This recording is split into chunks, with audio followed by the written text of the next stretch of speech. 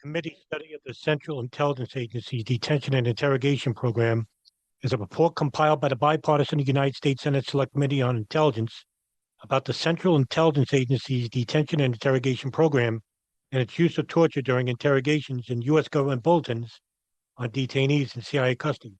The more than 6,700-page report, including 38,000 footnotes, details the history of the CIA's Detention and Interrogation Program and the committee's 20 findings and conclusions.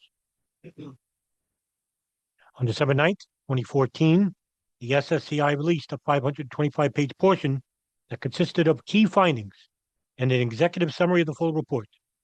It took more than 5 years to complete. The full unredacted report remains classified.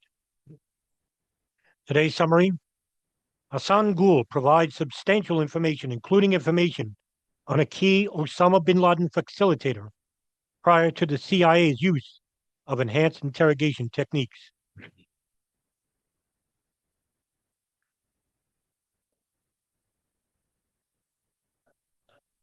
Foreign authorities captured Hassan Ghul in the Iraqi Kurdistan region on January of 2004. After his identity was confirmed on January of 2004, Ghul was rendered from U.S. military custody to CIA custody at detention site Cobalt on January, redacted, 2004. The detention site interrogators who, according to CIA records, did not use the CIA's enhanced interrogation techniques on Ghul, sent at least 21 intelligence reports to CIA headquarters based on their debriefings of Hassan Ghul from the 2 days he spent at the facility. It's detailed in the summary and in great detail in Volume 2.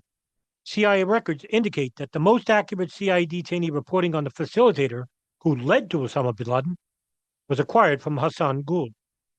Prior to the use of the CIA's enhanced interrogation techniques, Ghul speculated that Osama bin Laden was living likely in the Peshawar area, and that it was well known that he was always with Abu Ahmed al-Qaeda.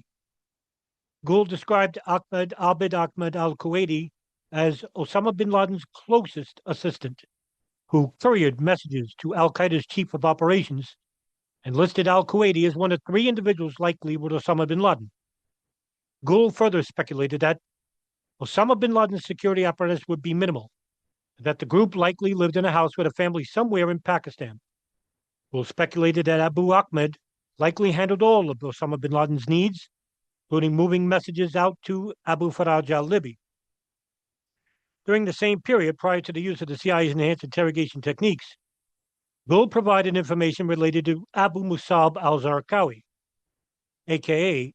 Abu Faraj, including his role in delivering messages from Osama bin Laden, Abu Faraj al-Libi, Jafar al-Tayyir, Abd al-Hadi al-Iraqi, Hamza Rabia, Sheikh Saeed al-Masri, Sharif al-Masri, Abu Abd al-Najiri, Abu Talia al-Pakistani, and numerous other al-Qaeda operatives.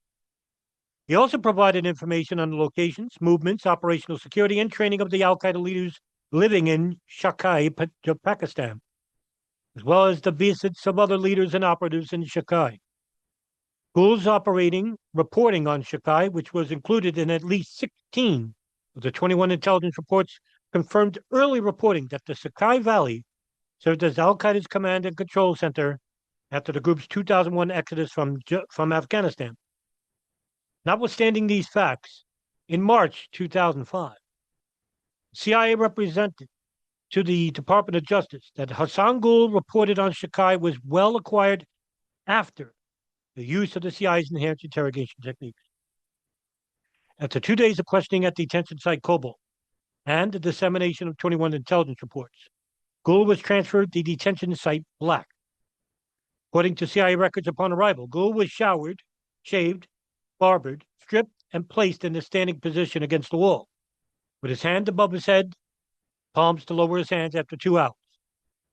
CIA interrogators at the detention site then requested to use the enhanced interrogation techniques on Ghul, writing the following, quote, "The interrogation team believes us based on Hassan Ghul's reaction to the initial contact, that his al-Qaeda's briefings and his earlier experiences with U.S. military interrogators and convinced him that there are limits to the physical contact interrogators can have with him. The interrogation team believes the approval and employment of enhancement measures should sufficiently shift Ghul's paradigm of what he expects to happen. Lack of these increased measures may limit the team's capability to collect critical and reliable information in a timely manner, end quote. CIA headquarters approved the request the same day.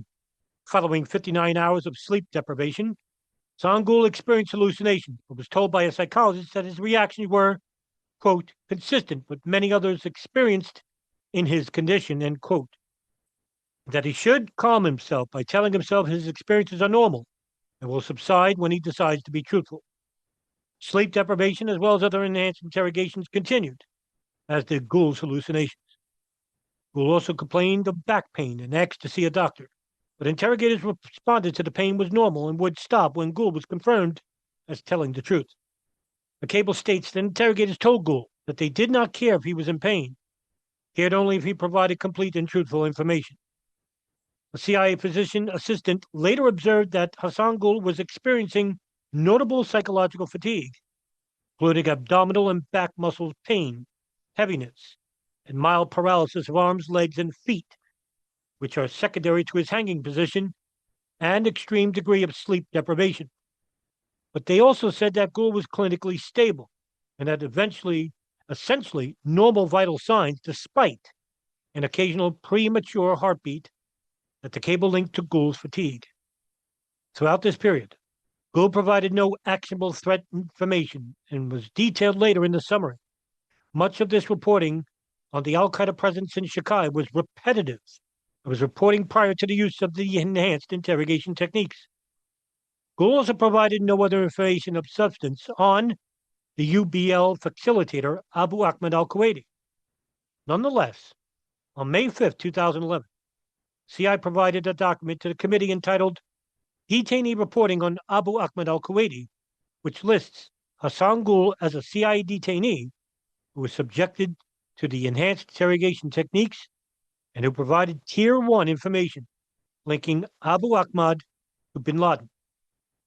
Ghul was blanked and later released.